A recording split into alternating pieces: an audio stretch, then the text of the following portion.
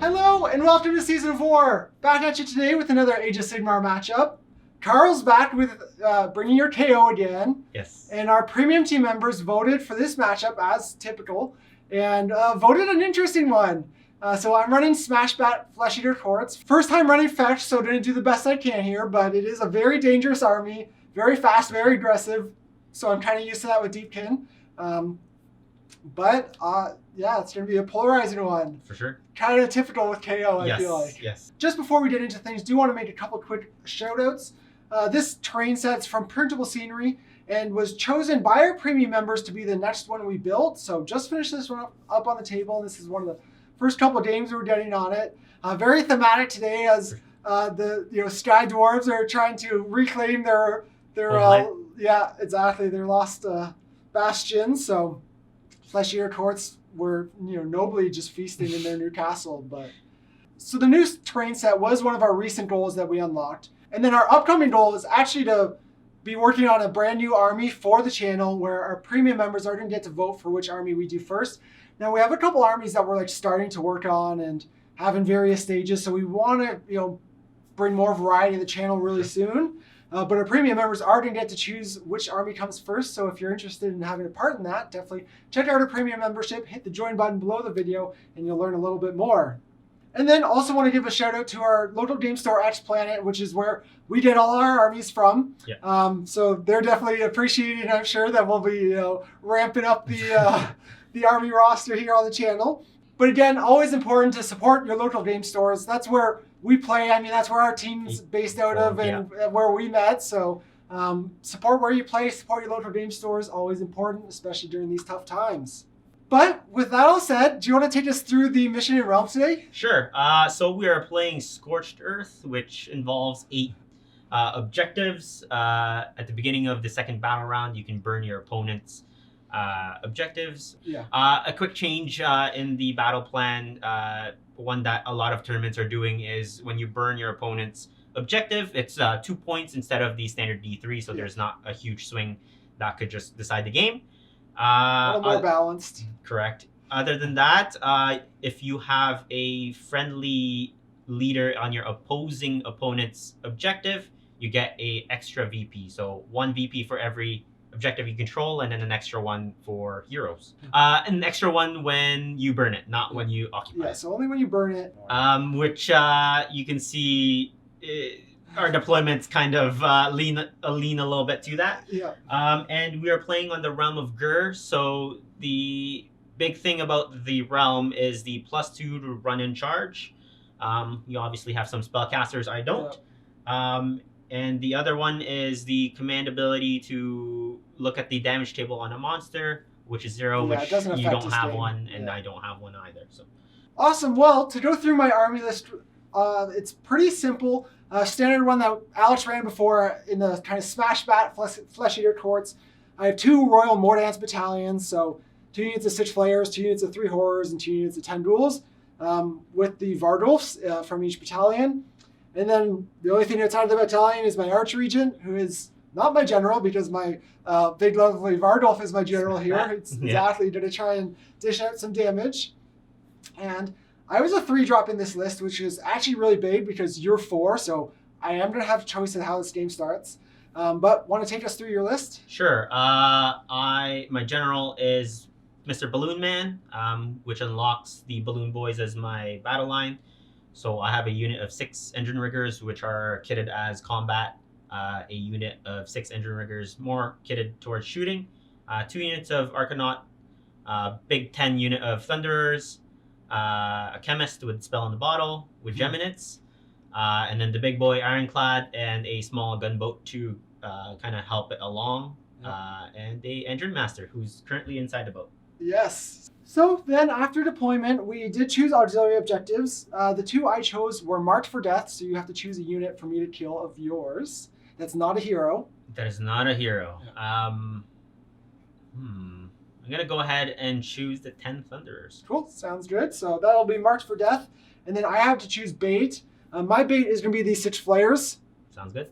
So you're going to have to try and deal with them. I feel like the game is going to hinge a lot on whether I can deal with them. And it really makes, at least if you do kill them, I get the point out of it. For sure.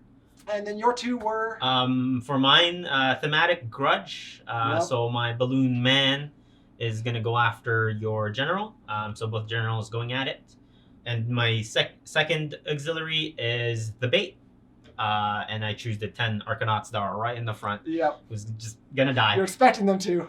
For sure. If they don't, then, well, I think I'm in a good spot. Yeah. Well, with that, again, I had 3 drops here to your 4, so put me in the position where I get to choose. Now, I think in maybe a different mission or being a little bit more used to deployment with this army, I could have potentially deployed to give away the turn, not risk the potential double back, because that could be really crippling in this match. But based on how spread out this mission is, and again, just getting used to deploying with these guys, I did deploy to take first turn here.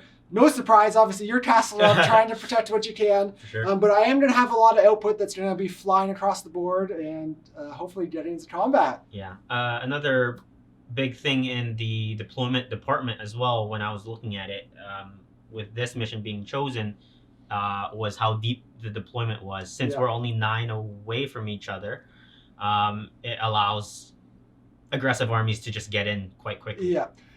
And I couldn't have hid my Vardolfs and my heroes very well. I mean, right against the back line, it might have been safe, but then I'm spending the rest of my other units to perfectly castle up. Sure. You're going to be taking a huge chunk out of me no matter what. So my hope here is to really get into your army, blast through them, take a big chunk out of them, and dish out some damage and try and cripple you a little bit before we get into... Sounds like my game plan. Exactly. I mean, that's what it is. For sure. So it'll be an interesting one with these 2 tough armies, and we'll start off going into round 1 with Flesh Eater Corpse going first. Yep.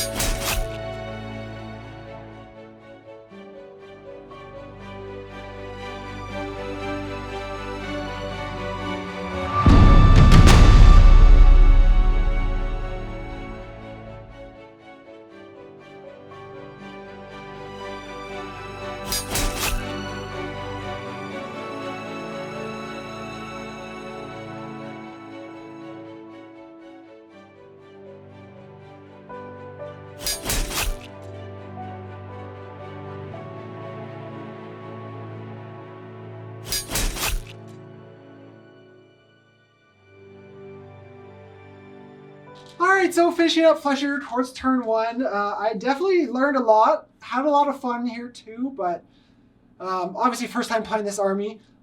I remembered everything to do, but just the intricacies, right? And little things here and there. So obviously position to send those guys in turn 1, try and smash you real good. Yeah. Cripple you as much as I can.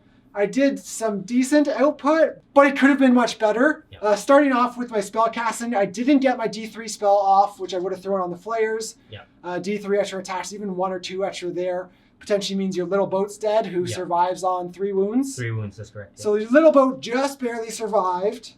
And my positioning could have been a little better with my charges and pile-ins, because I unfortunately went within an inch of your big boat, which meant you'd have to drop your bombs on me. So I could have stayed outside of that, and I would have had a Extra 6th player attacking, which would have helped against the Thunderers. So that could have been better. Also with target allocation, I could have been a little smarter between the 2 rounds of combat, trying to put maybe more attacks into the boat in the first round to try and take it out. But again, there are a bunch of units there. I had to spread my attacks. So it was a little awkward. So yeah, didn't kill the boat, which is kind of wasted wounds, right? Because I didn't limit output anywhere with that. Killed your screen. Vargulf got into your Thunderers and killed your Aether Chemist, which means no Geminids, which is pretty big. Especially there, making those guys minus attacks and minus to hit. So all that stuff obviously is, across the board. Gonna get hit hard on your turn, but you're gonna have to make some decisions about how and where you relocate. I also brought down the 20 ghouls in your backfield. Yeah, my hope here was actually to make the charge against those guys, so I could just charge and get bodies on those 2 objectives. I wouldn't take this one, but I'd easily be able to take those 2 pretty reliably. Didn't get that. That would have been big, going up to 5 points, and I only scored 3 points here because I actually deployed too far away to run my duels onto there reliably, also not having a hero within range for the auto 6. Not that I would have spent it, but I should have just pushed them out a little further so I can automatically get onto that objective. So that was a little bit unfortunate. So I only scored 3 points here, putting me down a little bit of where I wanted to be across the board, from output, everything. But I mean, that's what you get when you play a new army. Mm-hmm. But still, pretty effective combat. Smash Bat definitely went in. Smashed. Yeah. Also worth noting, you positioned really well to take that punch. You knew it was coming. So actually my Vargulf was -2 to hit between your Fumigators and your the Chemist. Yeah. The Chemist. So his first round he was -2 on some of his attacks, but reroll hits makes that a lot more reliable. For sure. And then I killed him in the first attack. Second round of attacks, you didn't have a hero with an artifact, so I didn't get the +1 damage or +1 attack from that. Sure. But he was still, killed a bunch of Thunders. Yeah, lots going on. We'll get into KO turn 1, see how much shooting we can do.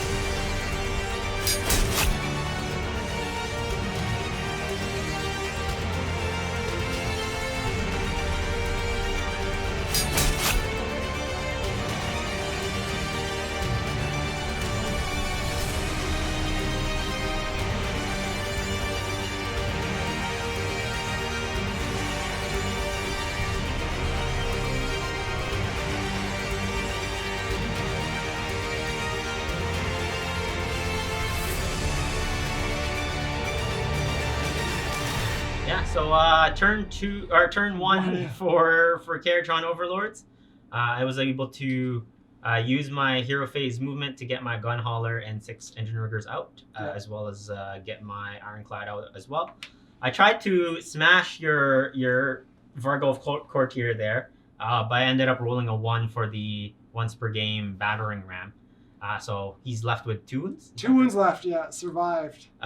Which would have been big if I was able to take him out. But he did survive the attacks back, and I was able to spread out on the board. And yeah, I'm in a pretty good position, I think. Typically, no, obviously, your 4 objectives you have, as well as mine, so you're up 5-3 right now. Yeah. The engine riggers over there whiffed a little bit, and we're able to take out 1.5 crypt flares. I would have liked them to have taken out the whole unit. And then, because they lost 2 dies in return, which is hurts. a little bit. Yeah. Let's just jump into it. Yep, for sure. I win ties, which is nice. That's a 2. 6. That's a 2. So that's you. Big for me. Obviously, feeling like I needed it a little bit because if you're shooting, you don't have to take hits back necessarily. So I am obviously taking it here, and we will jump into top of round 2 with Flesh Eaters going first again. Mm-hmm.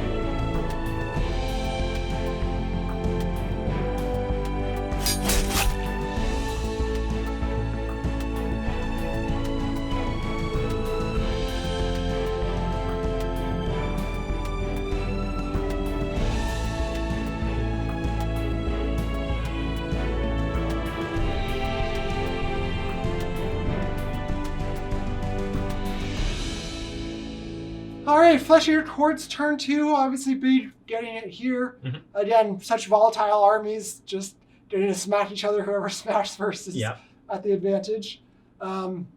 So here, Flayers moved across, able to cleanly take out your engine riggers who are on this objective with the +4 movement from the Deranged Transformation spell. Mm-hmm. Also getting +2 attached from the Archregion's other spell.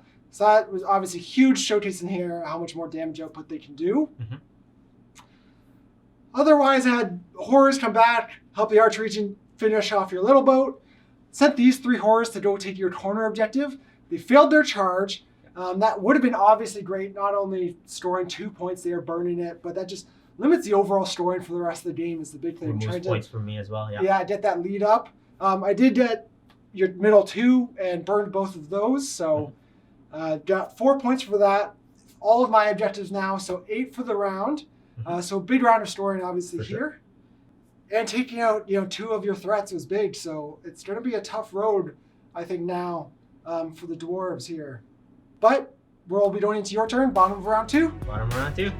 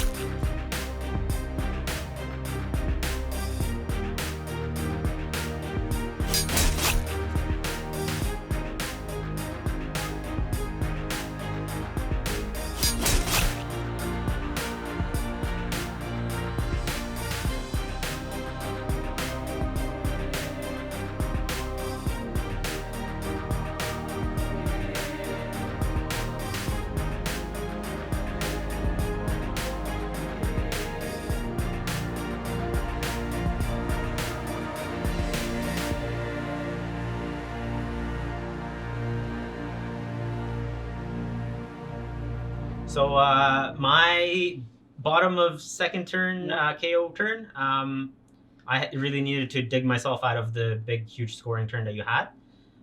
So I kind of focused down on trying to take out some of your threats, take one side of the board and start to push on my future turns. I got a big 11-inch charge off with my boat, and his boat effect meant that he did quite a few mortals to your arch regent. Yeah, took him out on the charge. Yeah, and the Zilfin 6-inch auto run roll got me to touch the objective over there.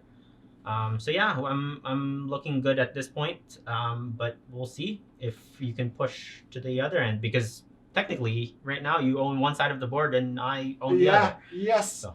Though that objective, again, we were talking, it's been a 3-point swing so far, not making that charge. 4-inch charge, yeah. Yeah, and puts us on tie game right now, so 11-11. Yeah. But into another priority. Yes, sir. 1. I won ties a little bit, so 5. So sticking in it. Yeah, I think again, volatility. I think if you got a double either of these turns, you probably could have sealed the deal. Yeah. But I'm sticking around for now, so we'll be going into top of round 3. Yep.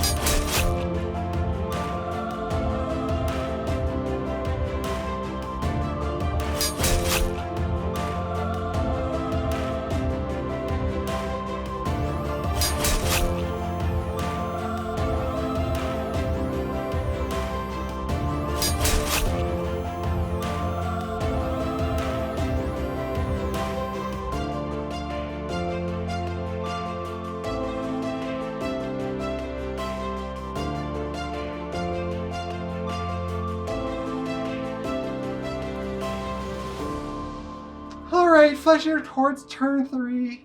It's not looking good for me here. Basically trying to scrape as many points as I could. Now, and a big thing about learning new armies is estimating your outputs and what damage you can reliably do. And here I didn't get what I needed or put the pieces at the right positions. Horrors went in, lost 1 in combat because I actually attacked over there first, which was also not really worth it. Being that I had 2 and had to do at least like 6 wounds to get on, take the objective. So that was kind of a long shot. In hindsight, not a worthwhile play. And even actually, I ran my duels, and then after I rolled the run, I'm like, I should have just moved them and charged them. Probably get more bodies on the objective, as well as better chance at killing guys and forcing battle shock and all that. But you had your 8th gold there still, so you're rerolling saves, so good chance you survive and whatnot anyways. For sure. But otherwise, I tried to zone out here a little bit, but I only scored 2 points. Being that on your turn you're going to get 3 no matter what, you can basically just sit back on those. Yeah, exactly. Not engaged. Sit on those 3 objectives and then burn this one down the road. Now, could maybe have some play with the flayers if you try to do that, but you're shooting stuff off every turn. You'd have the turn now. But I think, again, there's just not enough on the board that I can really fight for many objectives here. I think the key is if you had the double move still from the other courtier. This is obviously multiple turns down the road. But if you had the double turn, I think you're able to strike out and potentially reclaim some of the lost ground that you had on this Yeah. side of the table. Here with my flares, I ended up just sitting here because I was too far to get into The boat. your boat, so that wasn't worthwhile. Again, not buffed up at all, no extra attacks. I could have potentially sent them over there, but then I'm abandoning this objective. Yeah, which we just switch. Yeah. And me having a hero inside my boat means I score that extra point. Yeah, just generally I'm not fast enough to bounce between all the objectives I need to. Mhm. And I can't both take that one and protect these two, and if I don't protect these two, it's bad. Teleports are good. Yes, no surprise there. And like you said, just kind of ran out of steam in terms of my speed. Yep. Again, maybe the turn 1 alpha wasn't the best decision, but it did take a chunk out of you. Yeah. In the end, not enough. And lost a lot of points for it. Mhm. If I had killed your little boat at that time, I think that would have been a whole other story. Yeah. So yeah. Because So you wouldn't have been able to relocate it over here with your Thunderers. Yeah. But, I tried to stretch you out as much as possible, and you because you were playing Hollowmorn, you didn't have the teleport from Blisterkin.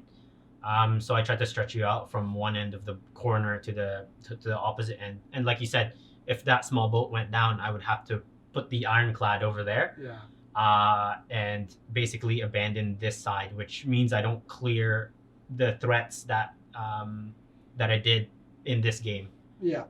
Yeah, with this list, I think against an opponent that can't bounce around so much, now there's so many that can, where I can hit one unit or take out a flank, and the units I send off, like I did turn 1, aren't necessarily dying immediately. But against a lot of the armies where there's so much firepower in the game right now, you're just trading those off with the fact. You said earlier, the 5-up save, this whole army is real weak. Yeah. In that department. Yeah, so it's... because 6 flares is a significant chunk, right? Yeah. So in order to trade, you basically traded 6 flares for a handful of Thunders and the Chemist. Yeah, because you basically healed your boat up to full. For sure. And it's just a points game at that point, and we just not a worthwhile trade. Correct. Yeah. They're not points efficient enough. But again, in a effect list, that's your hammer. That's what you have to work with. Having played this now, I think doubling down on this battalion isn't necessarily the way to go. It gives you 2 options. Unless you send one guy in with the hero, there's other ways to do stuff like that. Playing a little safer, trying to zone a little more, maybe a better option. Again, tough match with your shooting. You don't have to necessarily engage to, take me off the board. But it was a lot of fun to play this list. Yeah, interesting to see the matchup. And yeah, definitely excited to take these guys for a spin again. Try some different lists out and different builds and see where we go. So then, looking at auxiliary objectives, your Thunderers are still alive, so I won't get marked for death. And then my bait was those flares. That one's 50-50. Maybe I did it, maybe I don't. What about yours? So I took the bait. So the front end 10 Arcanaut units we knew was a guarantee that they were going to die. And I took Grudge. So my big balloon man against your Smash Bat, and that was accomplished on the first turn as well. Yeah, no, very good. Good secondaries. And yeah, I think it was a good learning game for me. The army obviously has some good output and strengths in terms of speed.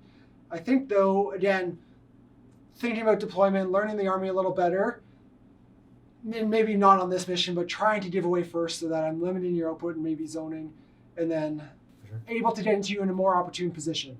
The big difference I think here is taking the first. Well, I did win 2 priorities, which 3 priorities, which denied the second, the double turn, right? Yeah. Just going in when you're so castled, it wasn't doing anything for me. Potentially what I should have actually done is look at double moving some of my horrors onto your objective and going for that objective. But again, I wasn't necessarily deployed to hit that flank. But I think actually that would have been a great play in hindsight. From first, seeing how castled you were, sending a unit of horrors, potentially hitting 2 of those objectives if they can stretch between them. Probably can't actually, so at least one of them getting on it, but who knows? Lots could change. Whole different game at that point. Yeah. From my end, I actually we were talking about the number of drops at the beginning, I was actually dropping them one at a time instead of dropping the full battalion because I wanted to see how you deployed. And since you deployed so heavily, kind of in the mid, closer to the end where my castle is, this is why I deployed these 10 guys here. If you had put some flayers closer on the other flank, then I wouldn't have deployed these 10 guys here. Yeah. It's tough to look at it at the end. And even like I was deciding about summoning those 20 ghouls and trying to just push that objective. I mean, it did take you two It objectives. took 2, but if I had been able to wipe those guys turn 1, Push this way. the same thing happens, but I have that one potentially, or burned it or whatnot. Yeah. The big, You never know. Obviously, you can't predict those for sure. changes. The big thing with KO is their ability to have gold. It's not hero dependent. It's not within any areas. So those 4 guys, 4-up rerolling is significant in its ability Tanking to the horrors, and then they were doing 2-3 damage. Yeah. But if you reroll your saves, none of them ended up getting through. all for 90 points. Yep. Pretty All good. for 90 points. Yeah, not too bad. Good tanky kind of battlefield objective holders. Yep. All right, well, I think that about wraps up this game for today. Yep. Great one. Great seeing KO on the table again, and for me getting to play a new army. Good matchup. Dwarves reclaimed their their homeland. Yes, exactly. So a big win for KO here. And otherwise, just want to say a big thank you to everyone for watching. Always appreciate the support, views, likes, all that stuff goes a long way. Also, don't forget to hit the join button and check out the premium membership. Get to vote on our matchups, new armies, and different perks that we have coming up. So look forward to seeing you in there. And until next time, cheers. Thank you.